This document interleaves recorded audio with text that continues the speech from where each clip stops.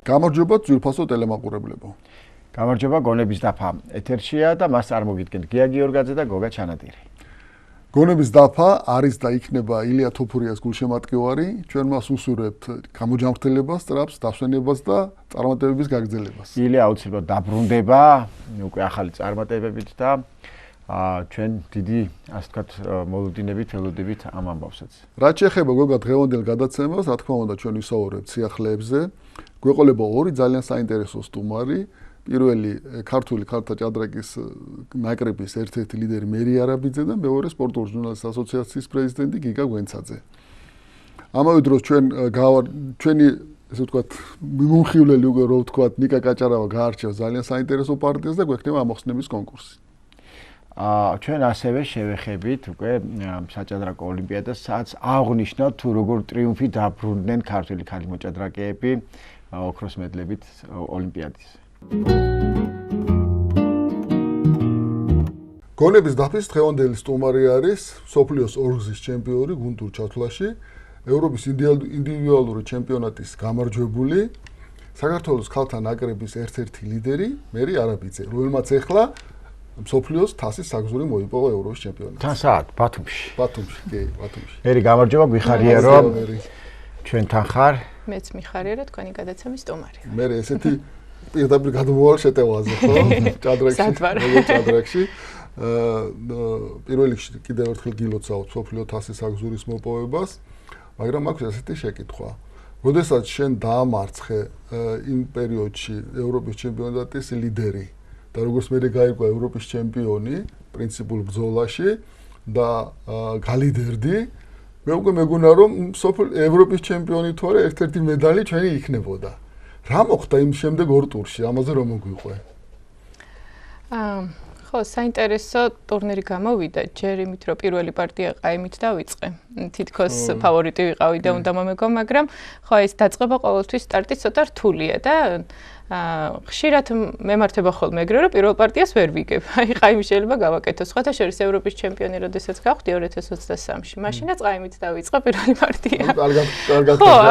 ხო, ხშირად მემართება ხოლმე ესე. მე თითქოს ფორმაში შევედი ამ ერთი პარტიის შემდეგ. ძალიან კარგად წავიდა ყველაფერი. მაგოგოს ვიცნობდი, იმიტომ რომ წინა წელს მსოფლიო გუნდურ ჩემპიონატზე უკვე თამაშობდა უკრაინის ნაკრებში. ანუ აბსოლუტურად ესე უცნობი და ახალგაზრდა და ეს არ იყო ჩვენთვის, ვიცოდით, პერსპექტიული გოგონაა. თუმცა ხო აი მაშინ რომ ცნობდა რომ ეგ გახდებოდა ევროპის ჩემპიონი, შეიძლებოდა უფრო დაძაბული ყოფილიყავი, მაგრამ ხო არ თვლიდი ახლა რომ რეიტინგით მასზე წინ ვიყავი, გამოცდილებითაც წინ ვიყავი და ვფიქრობ თან თეთრი ფერით ვიყავი და თითქოს თავს ვალდებულადაც თვლიდი რომ ყოველ შემთხვევაში მაქსიმუმი გამეკეთებინა და პარტიაც ისე წარიმართა. თითქოს არაფერი არ მქონდა, რაღაცა ცოტა და აი რაღაც მომენტში მოვატყუე, ასე ვთქვათ, რაღაცით პატარათი რომ აჯობებ ეგეთი, მაგრამ ხო შთაბეჭდება დატოვე ძალიან კარგად იბრძოდა ბოლომდე. ხო, ძალიან კარგი გოგოა უკრაინისთვის, დიდი დანამატია ნაკრებისთვის ვფიქრობ. მაგრამ აი შემდეგ გულ პარტიაში? ხო, აი მომდევნო პარტიაში ვიყავი შავებით ვეგასთან, ну ესეც ძალიან გამოცდილი ესპანეთის ნაკრების წევრი, არაერთხელ მითამაშია მასთან. და როგორ იყო ესე თითქოს სადებიუტო მომზადებაში მოვყევი რა მხრივ მე ვიცოდი ეს დებიუტი შავებით იმანაც იცოდა თეთრებით და ანუ ჩემი სადებიუტო ცოდნა მთავრდებოდა იმით რომ ნუ ნორმალური ეხა შავებით მცირედი უარესი თუ გაქვს არაუშავს ეხლა ამაზე ვთანხმდებით ყველა მაგრამ დაფაზე აღმოჩნდა რომ ძალიან უსიამოვნო სათამაშო იყო ანუ მისთვის ურისკო და ჩემთვის ძალიან უსიამოვნო ფოტოშოპის მე ჩაგერთვები ადრე მე ვთამაშობდი ამ დებიუტს, ოღონდ იშვიათად ვიყენებდი, იმიტომ რომ ეს ითვლება ისე დებიუტი, რომელიც იშვიათად უნდა გამოიყენოდა. თუ მოწინააღმდეგე იმიცის რომ შენ ამას თამაშობ, უფრო მოემზადებიან და ესეც იყო იმ პარტიაში. აი ზუსტად ეგრე დამემართა, ხო, აი რაღაცნაირად არ გამოვიდა. იმ დღეს შეიძლება ისე არ არის. არა, ხო, შეიძლება ის არ არის ასე ვთქვათ, ჩემზე ძლიერი, მაგრამ იმ დღეს ნამდვილად მაჯობა სადებიუტო კუთხითაც და თამაშის კუთხითაც ჩემზე კარგი აღმოჩნდა და იცით რა, მე ერთს რო წააგებ, რაღაცნაირად ის დომინოს პრინციპით მივაყოლა მეორე დღეს, მაგრამ რაღაცა მეორე წაგების მერე გონს მოვედი, რომ აი არ შეიძლება, რომ ასეთი კარგი ტურნირი ისე გავაფუჭო, რომ ნუ საგზური მაინც არ ავიღო, აი რაღაცა რომ მივდიოდი ტურნირზე, იყო პროგრამა მინიმუმი, რომ მსოფლიო თასის საგზური ავიღო, მაგრამ რა თქმა უნდა, სამეულისთვის ვიბრძოდი. მე და გიამსჯელობდით, რომ მე აუცილებლად მithვეს ეს მეექვსე ტური ისეთი ჩვენ ეთერშიც კი ვთქვით ეგ, რომ ისეთი შესანიშნავი პარტია მოიგე, რომ მომავალ ევროპის ჩემპიონთა, რომ ფიქრობდით, რომ მედალსაც აიღებთ. მაგრამ რაღაც ფსიქოლოგიური მომენტი ხო არ შემოვიდა, ხო არ დაიჯერე უფრო ადრე, რომ საინტერესოა, რომ რომელი უფრო რთულია პირველი გამარჯვება, თქვათ 2023-ში რომ მოვიგე თუ გაიმეორო და კიდე ხო, აი, მე მგონი ორივე ძალიან რთულია, პირველი გამარჯვებაც და მე გამეორებაც უკვე. ხო, რაღაცა მეც მაგ ბრძოლის შინით წავედი, რომ აი ხას მედალი უნდა ამიღო, თქვენც გითხარით მახსოვს, რომ ვიბრძოლებ მეთქი ბოლომდე, მართლა ვიბრძოლე ბოლომდე. მაგრამ ხო, ამჯერად სამეული არ გამოვიდა, მაგრამ მომდევნო წელს უკვე ანუ საგზური რადგან მაქვს, რაღაცა ცოტა წნეხი ხო მოხსნილი მექნება და იმედი მაქვს, რომ მომდევნო წელს უკეთესად აი მეორე ჩემპიონობა. კი. და ამის გარდა ჩვენ ვიმედოვნებთ, რომ სოფლიო თასიც დიდ წარმატებას მიაღწევს, რის საგზურიც მოიპოვე ბათუმში ზუსტად. ამ გამოსვლით. მე იცი რომ ახლა არის ოლიმპიადის წელი, როგორ ემზადები ამისთვის და რა მოლოდინები გაქვს? ხო, ძალიან რთული წელია კი. ყველა ვემზადებით გოგონები ინდივიდუალურად. ეს ჭადრაკი ხო თან ინდივიდუალურია, თან უცებ გუნდი გავხდებით და ყველა ცალ-ცალკე ვცდილობთ, რომ ეს ფორმა შევინარჩუნოთ. რა თქმა უნდა, შეკრება გვქონდა და კიდე გვექნება და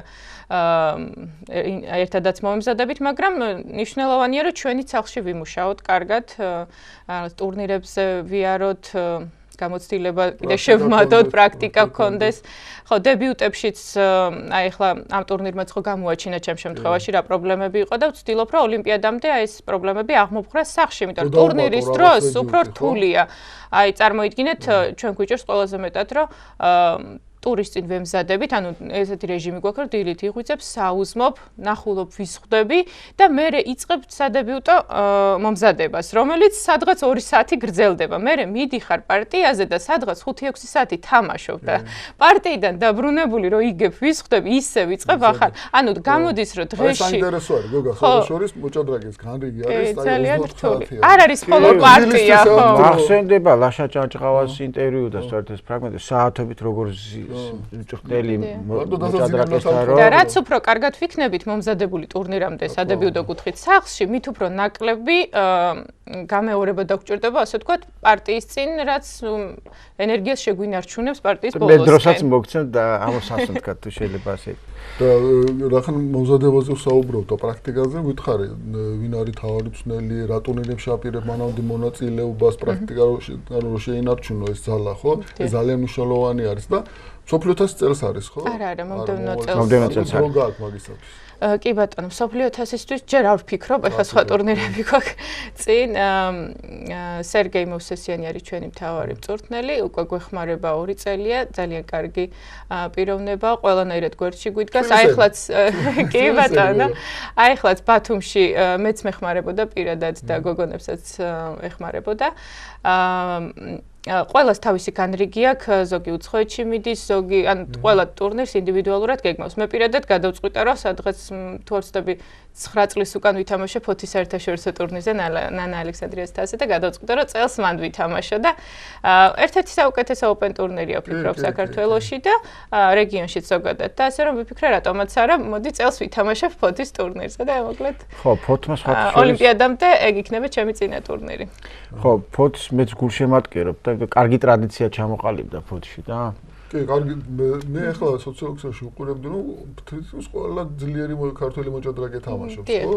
მაშინ და დაემატება კიდევ ვფიქრობ, უცხოელობიც დაემატება, კი. კი, კარგი ტურნირი არის ნამდვილად, კარგი ტრადიცია არის დამკვიდრებული და მიხარია რომ ეს ტრადიცია არის. ხო, გრძელდება რამდენი ხანია და რაღაცა ხო, მნიშვნელოვანია გაგრძელება რაღაცა კარგი ტურნირი ჩატარდება ხოლმე, მე რაღაცა ან სპონსორი არ არის, ან რაღაცა არ გამოდის და ეს რომ ამდენი წელია ტარდება.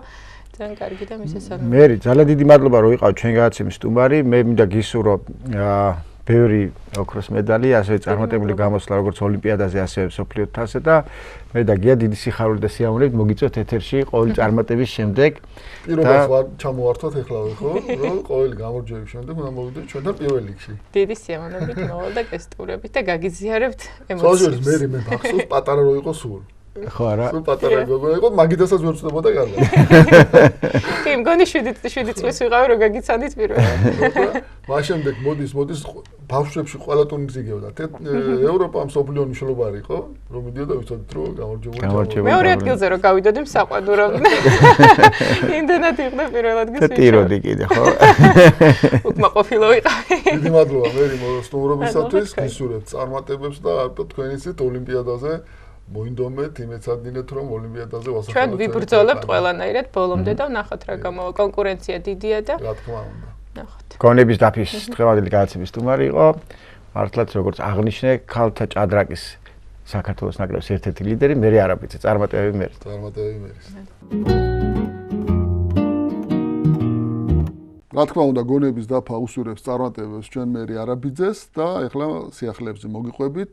პირველ რიგში მინდა მოგიყვეთ იტალიაში დასრულებულ სენიორთა ჩემპიონატზე, სადაც ჩვენი ორი სენიორი, ესე ვთქვათ, ქალბატონი ნონა გაფრინდაშვილი და ზურაბ სტურუამ მონაწილეობდნენ. ზურაბ სტურუამ კიდევ ერთხელ მეშვიდეჯერ მოიპოვა ევროპის ჩემპიონის ტიტული და უზოლცავთ ჩვენ მას ამ გამარჯვებას. გაგიკვირდა გია. არა, ეს უკვე ტრადიციული ამბავი არის მისთვის. აგრეთვე ბათუმში დაიწყო მსოფლიო თასი 8-12-14 წლიან ბიჭებსა და გოგონებს შორის. ძალიან დიდი და საინტერესო ტურნირი არის. მასში 60-მდე ქვეყანა იღებს მონაწილეობას და 700-მდე მონაწილე არის.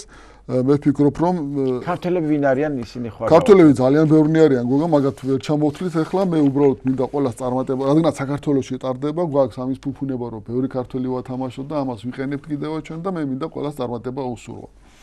ამავე დროს იტალიაში დაიწყო უკვე მსოფლიო ჩემპიონატი მაღალი ასაკობრივ კატეგორიაში.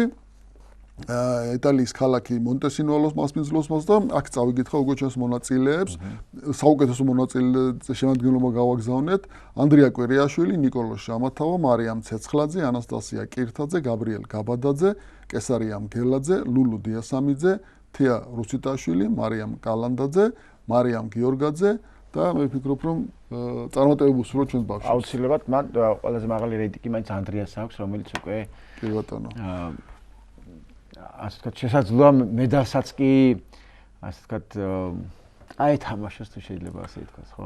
გოგა, საერთაშორისო სიახლეებიდან ყველაზე მთავარი რაც არის ჰონკონგში დაიწყო მსოფლიო ჩემპიონატი სტრაპ ჭადრაკსა და ელუსებურ ჭადრაკში, ეს გუნდური ჩემპიონატია და მსოფლიოს საუკეთესო მოჭადრაკეები, მთლიანად ელიტა უკვე ჰონკონგში არის და ისინი ძალიან საინტერესო ტურნირში იღებენ მონაწილეობას. მე ვფიქრობ, რომ ამ პარტიებს ჩვენ შემდეგ შევთავაზებთ ჩვენს ფავორებლებს. გონების დაფის დღევანდელი სტუმარი არის სპორტულ ჟურნალისტთა ასოციაციის პრეზიდენტი, ჩვენი მეგობარი, საუკეთესო ადამიანი გიგა გვენცაძე. გამარჯობა გიგა. დიდი მადლობა მოწვევისთვის, მივესალმები ჩვენს ტელემაყურებელს. ძალიან სასიამოვნოა თქვენთან ერთად ყოფნა. გიგა, ძალიან შეიძლება ადამიანებს გაუკვირდეთ ხმას უკვე ამოიღებ ყველა უკვე შეიძლება ტელევიზორისკენაც იყურება ალბათ მეგობრებში, ახლობლებში, ხო? და ეს შენი ხმა მართლა ყველას გვესმის და მithქვა ახლა როდესაც ამდენი მსოფლიო პირველობა მიმდინარეობს და ამდენი ფეხბურთია ეთერში. და საერთოდ დიდი მადლობა ესეთი ოპტიმისტური განწყობის ყოველთვის, რომელიც ისმის ხოლმე შენი კომენტატორების დროს. მადლობა თქვენ. რა ნაწილი აქვს ცხოვრებაში ჭადრაკს? შენ ცხოვრებაში? კი ბატონო, ჭადრაკი ჩვენთვის განსაკუთრებით ალბათ ქართველებისთვის, ვინაიდან დიდესი ტრადიციები გვაქვს ამ სპორტში, ასე ვიტყოდი. ყოველთვის გარკვეულწილად თანამგზავრი არის ცხოვრების. რაღაც პერიოდში უფრო აქტიურად შემოდის შენში, რაღაც პერიოდებია შედარებით ნაკლებად, ასე რომ მე ვფიქრობ, ქართველი ადამიანი ყოველთვის რაღაც დოზით დაინტერესებულია და ჩართულია სპორტის ამსახეობაში. სხვაგვარად წარმოუდგენელია, არ გამოდის, არ გვაქვს უფლება. ხო და რა მაინტერესებს თქვი გაიცი, აი ცოტა პროფესიონალური კითხვა მინდა დაგისვა. ჭადრაკი ნენელა ისე ვიბრუნებს თავის პოპულარობას, ფაქტიურად ყველა სფეროში შეაღწია უკვე და ამას ხელი შეუწყო ონლაინ გაშუქება. ონლაინ გაშუქება, ყველა დიდი ტურნირის პარტიები ონლაინ სპეციალური კომენტატორებით შუქდება და ეს ძალიან მაღალ პროფესიული დონეზე არის. მაგრამ აი სპეციფიკური მაყურებელი ყავს მას. შენ ხომ არ ფიქრობ, რომ აი სატელევიზიო გაშუქება როგორღაც ჩამორჩა ამ სფეროს, რასაც ქვია ონლაინ გაშუქება და კიდე ბარემ დავამატებ აქ იმ შემდეგ შეგიტყვას, რომ შეიძლება კი არიან ჭადრაკის სპეციალისტები, რომლებიც აშუქებენ ონლაინ, მაგრამ იქნება კომენტატორებიც უნდა იყვნენ მომზადებული, სპეციალური მომზადებული. თქვენ ხო გაქვთ არა სპეციალური პროგრამა, ბატონ ბიზინა ბართაშთან ერთად, რომ აბზავდებთ კომენტატორებს. იქნება ჭადრაკის კომენტატორებიც უნდა მომზადოთ. კი, აი ბოლო პერიოდში, ბოლო წლებში ჩვენ სპორტის ბევრ სახეობაში ვხედავთ, რომ რაღაც თანამედროვე ტექნოლოგიებიდან გამომდინარე და იმ მოთხოვნებიდან გამომდინარე, ალბათ რაც ტელევიზიასაც აქვს, ხო? უფრო რეპორტაჟული ხდება სპორტის ბევრი სახეობა და რაღაცა ცდილობენ, რომ აი ფეხი აუწყონ ამ დროს, ასე ვთქვათ, და ჭადრაკშიც აშკარაა ეს ხა თვალნათელია. მაგრამ ყველაფერი ალბათ მაინც საბოლოო ჯამში აი ინტერესთან მივდივართ, ხო, რამდენად დიდია ინტერესი, რამდენად დიდია პოპულარობა, იგივე ეს გადაცემაც ხო სწორედ ამ მიზანს ემსახურება და ემსახურება სრულიად ღირსეულად, ვინც მაყურებელია ჩვენი. მე მგონი ამაში სრულად იზრდება მაყურებელთა რაოდენობა და ბოლო ინფორმაციას გეტყვით, აი Facebook-ში ჩვენს ვებ-გვერდზე, სადაც ჩვენ ვდებთ ხოლმე პატარა ამ მონაჭრეებს, ბოლო თვეში 250,000 მნახველი ყავდა ამ ძალიან სასიამოვნოა და თქვენ რომ არ გითქვათ, დაახლოებით წარმოდგენილი მქონდა, ვინაიდან როდესაც ხარისხიანად კეთდება და ჭადრაკი გარკვეულწილად ეხლა თქვათ ისე ფართო და არა, მაგრამ ცხადია ჭადრაკის თავისი გულშემატკივარი ყავს განსაკუთრებით ჩვენთან საქართველოში. არ გვიკვირს ჩვენ ეს მონაცემები, ასე ვთქვათ. ალბათ ინტერესთან მივდივართ მაინც, ხო? აი ყოფილა შემთხვევები, მაგალითად იგივე აი მაგნუს კალსენის შემთხვევაში იმდენად პოპულარული გახდა ნორვეგიაში ჭადრაკი, რომ პირველ არხზეც პირდაპირ ეთერში გადაიცემოდა მისი პარტიები და მიმდინარეობდა გარჩევა და ონლაინ რეჟიმში ხდებოდა ყველაფერი და ალბათ აქ ჩვენც მივალთ აქამდე ალბათ თუმცა მცდელობები იყო მახსოვს და ნაწილობრივ გაამართლა, ნაწილობრივ ვერ გაამართლა, მაინც ალბათ ინტერესთან მივდივართ, იცით და ყოველთვის უნდა ვაღიაროთ ჩვენ რომ ფეხბურთი იმდენად პოპულარულია, იმდენად დიდი მოვლენაა მსოფლიოში, რომ მაინც ეს ფეხბურთმა შეიძლება გადაწონოს ყველა სპორტი ერთად და ნუ ეს რეალობაა, რასაც სხვადასხვა როგორ ახლა გამახსენდა ჩვენ რო ყავდა სტუმარი დავით გურგენიძე, აი თენგიზ გიორგაძის გადაცემაზე საუბრობდა, ის აკეთებდა მაშინ აი ჩარტვებს ტურნირებიდან ცოცხალი კომენტარებით. შეიძლება ესეც რაღაც ერთი ფორმა იყოს იმისა, რომ ჭადრაკს 5 საათს ვერ გააშუქებ ახლა, ხო? 5 საათი რაღაც ჩარტვებით, საინტერესო ჩარტვებით, მნიშვნელოვანი მომენტები შეიძლება. კი, მაინც უფრო ინტენსიური, უფრო დინამიური ტელევიზია ეს მოთხოვნები აქვს და სწორედ ამ მოთხოვნებიდან გამომდინარე იგივე მსოფლიო ჩემპიონატი ახსენე გოგა და იქაც ხედავთ ჩვენ რომ კი გარკვეულწილად იქ შესვენებებიც არის ცოტა შესაძლოა გაუგებარი პაუზებიც აი წყლის შესვენებასაც მაგრამ რაღაცა აი იგივე აუტიდან ბურთის მოწოდება რომ უფრო სწრაფი გახდეს ბურთი დინამიური გახდეს ესენი არის და ბევრ სახეობაშია სხვა შორის ასე რომელი ერთი ვთქვათ კი ცდილობენ რომ აი რეპორტაჟული გახდეს სპორტი კომენტატორებზე რა ზოგადად აი იქნება ჭადრაკის კომენტატორებიც და ვასწავლოთ რაღაც ზოგადი ამბები აქაც ინტერესის ამბავია ხო ადამიანს უნდა აინტერესებდეს ძალით ჩვენ ვერავის ვერ აიზულებთ და თან ჭადრაკი იმდენად სპეციფიურია და არა მარტო ჭადრაკი მთელი რიგი სპორტი არის ისეთი სადაც შეიძლება იყოს კომენტატორი მაგრამ კომენტატორის გვერდით აუცილებლად უნდა იყოს პროფესიონალი სპეციალისტი რათა უფრო ხარისხიანი გახდეს და საინტერესო კი ამდენჯერ უკვე მეორედ ვახსენეთ ფეხბურთი შენი აზრით რა კავშირი აქვს ფეხბურთსა და ჭადრაკს ერთმანეთთან გარდა იმისა, რომ თანხმდებით, რომ ჭადრაკი ასევე სპორტია. კი, ხშირად გაგვიგია და ყველა ჩვენთაგანს, რომ რაღაცა საფეხბურთო მოედანი, საჭადრაკო დაფა ერთმანეთს გავს. განსაკუთრებით აი მოედნის ცენტრზე არის ლაპარაკი, ხო? თუ აკონტროლებ ცენტრს, ჭადრაკში, საფეხბურთო მოედანზე, მაშინ აკონტროლებ თამაშს და ბევრი ისეთ საინტერესო მომენტებია, სადაც იკვეთება ფეხბურთი ჭადრაკთან და ან პირიქით. ჩემთვის აბსოლუტურად ის ნამდვილად არ მახსოვდა, მაგრამ როცა ამ თემით დავინტერესდი, ძალიან საინტერესო ცნობებია რა. ეხლა ჩემთვის ძალიან მოულოდნელი იყო ის ამბავი, რომ ახლა ბევრი მცდელობა ყოფილა და ბევრი შემთხვევები გვახსოვს, სადაც თქვა ჭადრაკის თამაშსაც ცდილობს ადამიანი, ფეხბურთის თამაშსაც ცდილობს ადამიანი, მაგრამ პროფესიულ დონეზე მოახერხო ჭადრაკის და ფეხბურთის შეთავსება, ну პრაქტიკულად წარმოუდგენელია დღეს ასე ჩანს. მაგრამ იყო ფეხბურთის და ჭადრაკის ისტორიაში იყვნენ ადამიანები, ვინც ამას ახერხებდნენ. და ახერხებდნენ საკმაოდ მაღალ დონეზე. ხა, როდესაც მოჭადრაკე ფიდეს რეიტინგში სოფლიოს დიდოსტატი 20-ში ხარ და ამავდროულად ეროვნული ნაკრების წევრი ხარ, წარმოუდგენელი ამბავია ჩემთვის, ხო, როგორ შეიძლება ამის შეთავსება და სიმენ აგდესტეინი იყო ასეთი ნორვეგიელი ფეხბურთელი და მოჭადრაკე 80-იანი წლების ბოლოს, რომელიც საკლუბო დონეზე შესაძლოა ისე განსაკუთრებით მეორე ლიგასა და პირველ ლიგას შორის მოგზაურობდა მისი გუნდი ოსლოს ლუნი, მაგრამ ეს ფეხბურთელი ნაკრებში გამოიძახეს და 80-იანი წლების ბოლოს დაახლოებით 10 შეხვედრამდე აქვს ნაკრებში ჩატარებული და გოლი აქვს გადანილი მათ შორის ოფიციალურ შეხვედრებში და ამავდროულად პარალელურად იმ პერიოდში ის ძალიან აქტიურად იყო ჩართული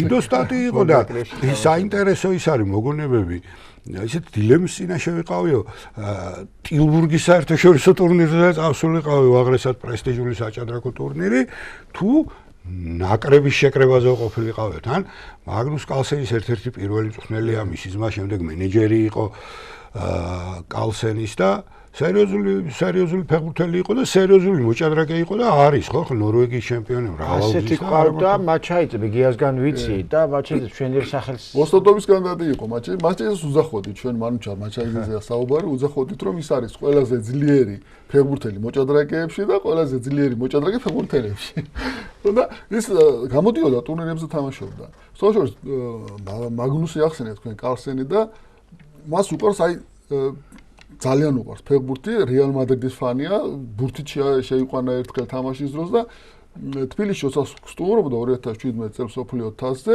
ერთ-ერთი მოთხოვნა მისი იყო, რომ აუცილებლად დასვენების დღეს ფეხბურთის თამაში უნდა მოგვეწყო და მახსოვს, რომ ჩვენ ვიქირავი სპეციალურად მოედანი და მაგნუსი თამაშობდა და ბედნიერი იყო ამით.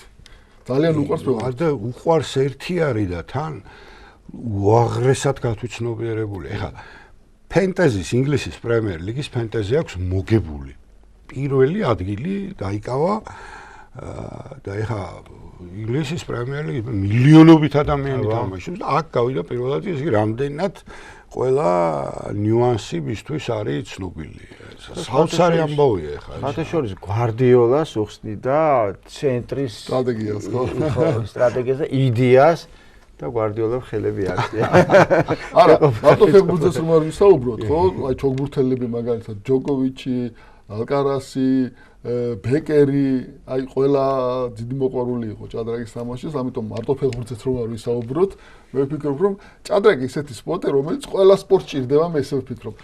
გიორგი ასანიძე იყო ჩვენთან, მანაც იგივე გითხრა, რომ გრიქუროვი ავალდებულებდათ მათ ჭადრაკის თამაშს. კი ბატონო. კი თან ეს არ არის, ხო? აი დღეს ადრეც ასე ხდებოდა ჯერ კიდე 60-იან წლებში ცნობილი ამბავია ელენიო ერერა ერთ-ერთი ლეგენდარული მწვრთნელი ამ პერიოდში 60-იანებში იგი ინტერნაციონალების მთავარი მწვრთნელი იყო იტალიაში და ესე იგი შეკრებებზე აუცილებლად იწვევდა მოჭადრაკეებს გარკვეული უნარჩვევების გონების დასავითარებლოვან მიაჩნდა ეს ამბავი ჯერ კიდევ როდის წარმოიდგინეთ ერერა რომელიც აი კატენაჩიოს ერთ-ერთი ახლა ეგვიპტის თამაშს უყურებდი და სალახი ერთ-ერთი ლიდერი არა მარტო ეგვიპტის სოფლიო ფეხბურთის მას აქვს დაწერილი რომ მე ყოველ დღე ჭადრაკი თუ არ ვითამაშე გონება კარგად ისე არ მიმუშაობს და ეს აუცილებლად მადგება მე ფეხბურთის თამაშის დროს კი და ბევრი შემთხვევაა სხვა შორის ასეთი იგივე ახლა ინცო მარესკა ხო ძალიან წარმატებული მწვრთნელი რომელმაც ჩელსიში მუშაობის პერიოდში, მაგრამ სოფლიო საკლუბო ჩემპიონი მოიგო, ხო? პარასთან მახსოვს დაპირისპირება, მახსოვს ეს სამი თვე. მან საერთოდ თავისი სამწვრთნელო სადიპლომოს მისი მან დაიცვა ჭადრაკი და ფეხბურთი კოვერჩანოში, აი ამით შემოვიდა ეს ფეხბურთი და ძალიან სერიოზულად არის ჩართული და ისიც ხაზგასმით აღნიშნავს, რომ ჭადრაკი ცენტრი, საფეხბურთო მოედანი ცენტრი ბევრ ამბეს სტრატეგია ერთია თავი. სტრატეგია. თუ გინდა რომ მოიგო, აიღეთ ბევრ პარალელებს ხედავს, საკმაოდ ისეთი წარმატებული მწვრთნელია. იგივე ხა ელჩი არის ხო, ასეთი გუნდი ლა ლიგაში, სადაც დღესაც ცნობილი ამბავია, რომ სპეციალურ გაკვეთილებს ყველა ასაკობრივში ჭადრაკის გაკვეთილებს უტარება. ყველა მსურველს ელჩეს ამ კლუბის ფეხბურთელებს და ბევრი ფაქტია ისეთი, რომელიც რაღაცნაირად გონიერება ყველაფერი საჭიროა რა. საჭიროა. გონების თავს თვითონ უმეტეს. ხო, რა თქმა უნდა, ესე იგი გიგა მაგალითია იმისა, როგორ დაეჯერება და რა მნიშვნელოვან როლს ასრულებს ჭადრაკი ცხოვრებაში, არა მხოლოდ სპორტში. ეხლა არის ესეთი მოდური სხვადასხვა ბევრ საჭადრაკო ვებგვერდზე, ბევრმა ცნობილმა მოჭადრაკეებმა, მათ შორის იუდით პოლგამმა რაღაც ფეხბურთის ჩემპიონატია გამოაქვეყნა თავის 11-ეული, ოღონ ჭადრაკში მსოფლიო ჩემპიონების მიერ შედგენილი და გიგასაც ექნება თავისი რაღაც შეხედულება ამასთან დაკავშირებით. გიგას 11-ეული მაინტერესებს როგორი 11-ეული. ეხა ფეხბურთი ყოველთვის აქტუალურია, მაგრამ ამ დღეებში განსაკუთრებით მსოფლიო ჩემპიონატის მიმდინარეობისას და ვცადოთ ჩვენ. ვცადოთ თქვენი ზუსტად ხო. მოდი ყოს ეს გონების დაფის 11-ეული. დავარქვათ რა, გიგას ახმარელი. კი ბატონო. თავარი წვნელი გიგა გვენცადა. არა, თავარი წვნელი დავასრულეთ თქვენი სიმღერით. კარგი. ვინ გუნდის უფროსი. ვინ წარმომიდგენია თავარ წვნელად. ძალიან საინტერესოა პრინციპში, რატომაც არა. მსოფლიო ჩემპიონებზეა საუბარი, ჭადრაკში მსოფლიო ჩემპიონების სიმბოლური გუნდი და დავიწყოთ მეკარით მაშინ რა. მეკარეთვე დავასახელებდი ემანუელ ლასკერს, ჩავაყენებდი კარში. დიდი ხმანძილზე იყო მსოფლიო ჩემპიონი და ამ გუნდში ადგილი ალბათ ეკუთვნის. სათამაშო სქემა უნდა ვთქვათ ეხა ჩვენ, ხო? დაცვად რამდენი ხავს? ალბათ 4-3. 3-4-3. მაინც უფრო შეტევა. საინტერესოა. ასეთ სიმბოლურებში მით უმეტეს ყოველთვის შეტევაზე აქცენტი. დაცვაში მეყოლებოდა ანატოლი კარპოვი დაცვის ცენტრში. მის გარეშე არ გამოდის, არ გამოვა ალბათ.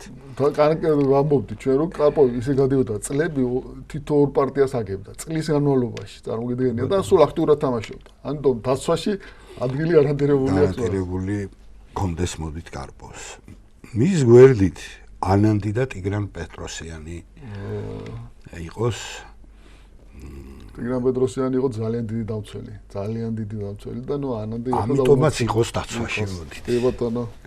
ნუ ანანდი უნივერსალია და სადაც უნივერსალი ხარ, ყველგან უნდა შეგიძლიათ. საყრდენები ნახევარდაცვაში მოდის ცენტრში. კაპაბლანკა და გუკეში. აჰა.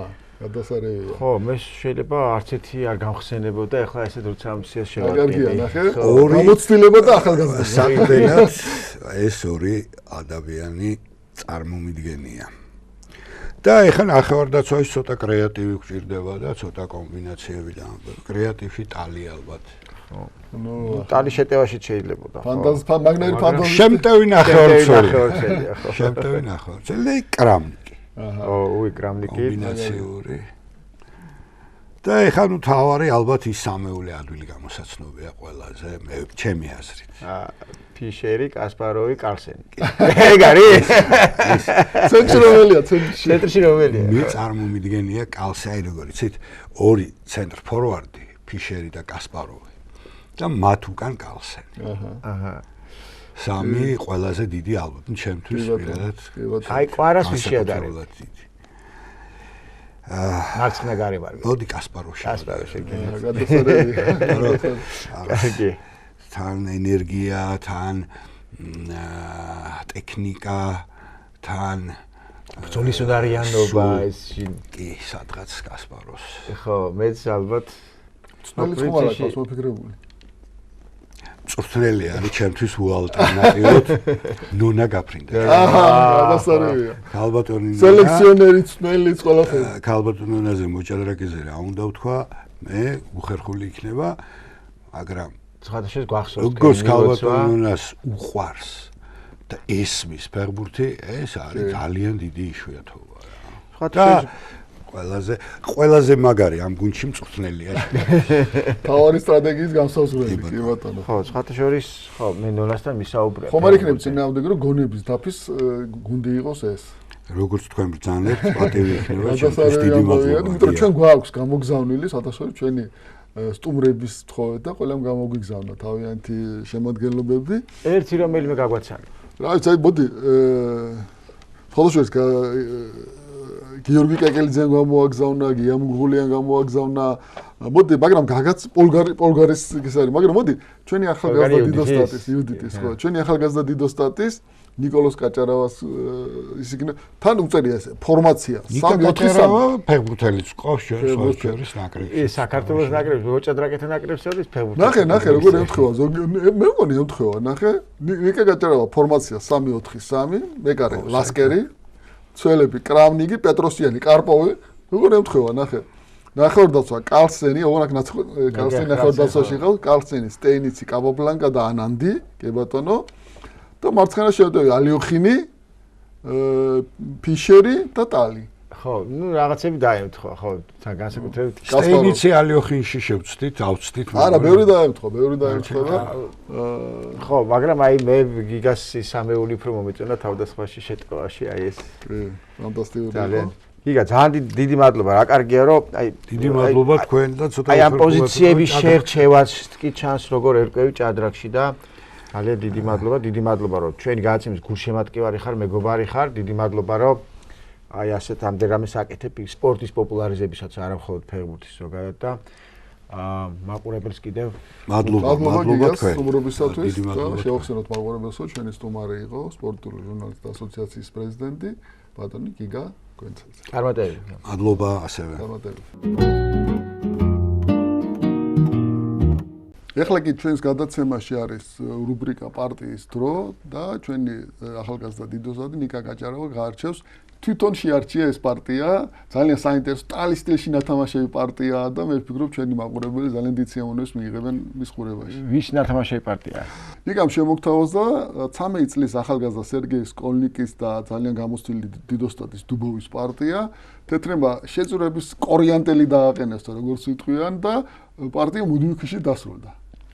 ხო, ძალიან ლამაზ სანახავ იქნება, ვეცი ამონები ჩაუჯდები ამ პარტიას. მოგესალმებით ჭადრაკის მოყვარულებო. მე ვარ ნიკოლას კაჭარავა და დღეს მიმოვიხილავ ძალიან საინტერესო პარტიას დანიელ დუბოვსა და სერგეი სკლოკინის შორის, რომელიც გათამაშდა ოქტომბრის ღია პირველობაზე მერვე ტურში. დუბოვი ცნობილია თავის კრეატიული სტილით, სერგეი სკლოკინი კი 13 წლის საერთაშორისო ოსტატი გამოირჩევა უშიშარი თამაშით. ამ ორმა მოჭადრაკემ შექმნეს ძალიან ლამაზი პარტია და მოდი მიმოვიხილოთ ის და ვნახოთ რა მოხდა. დებიუტს ძალიან არ ჩაუხურმავდები, იმიტომ რომ შემდეგ ისეთი ქარიშხალი დატრიალდა, რომ მასთან შედარებით სადებიუტო ასპექტი არ არის იმდენად საინტერესო. თეთრმა შეწირეს ჯერ პაიკი, შემდეგ კიდევ ფიგურა და მივედით ამ საინტერესო პოზიციამ. აქ შავების მეფე არის ოდნავ დასუსტებული, მაგრამ სამაგიეროდ ყავთ ფიგურა. თეთრებს აქვთ ინიციატივა, მაგრამ თუ შავებმა მოახერხეს კონსოლიდაცია, ეს ინიციატივა ჩაივლის, ამიტომ თეთრებმა უნდა შეუტიონ მაქსიმალურად სწრაფად და ამიტომ სკოლკინმა გააკეთა ძლიერი სვლაიპლი H1, რომლითაც ფიგურის შეწირვის შემდეგ მისცა კიდევ ხარისხიც. გადარით ესე მეფე ბერთ მხედარი 1, ეტლი 1 და უკვე თეთრებს აქვთ ძალიან სახიფათო მუქარა. ეშვიდზე არის დაწოლის მთავარი ობიექტი, მაგრამ ლაზერი იცავს. და თეთრებს უნდათ ყუა5 ძლიერი სვლა, რათა გაიტყვონ ეს ლაზერი და შემდეგ უკვე ლაზერი ეშვიდი კიდია. ამიტომაც შავებმა გააკეთეს ძლიერი სვლა B4.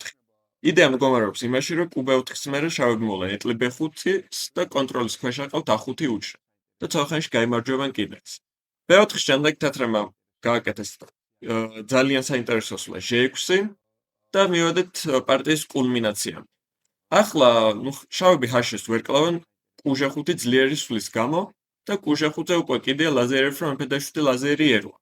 თუ ყუჟ5 არ მოკლავ კიდე E7-ზე ეკიდება, მაგალითად ეტლი ერვა Q7, ეტლი E7 ლაზერი F და თეთრები გაიმარჯვებენ. ამიტომ შავმა უნდა ეცადონ რაღაცნაირად მეფე შეუტია.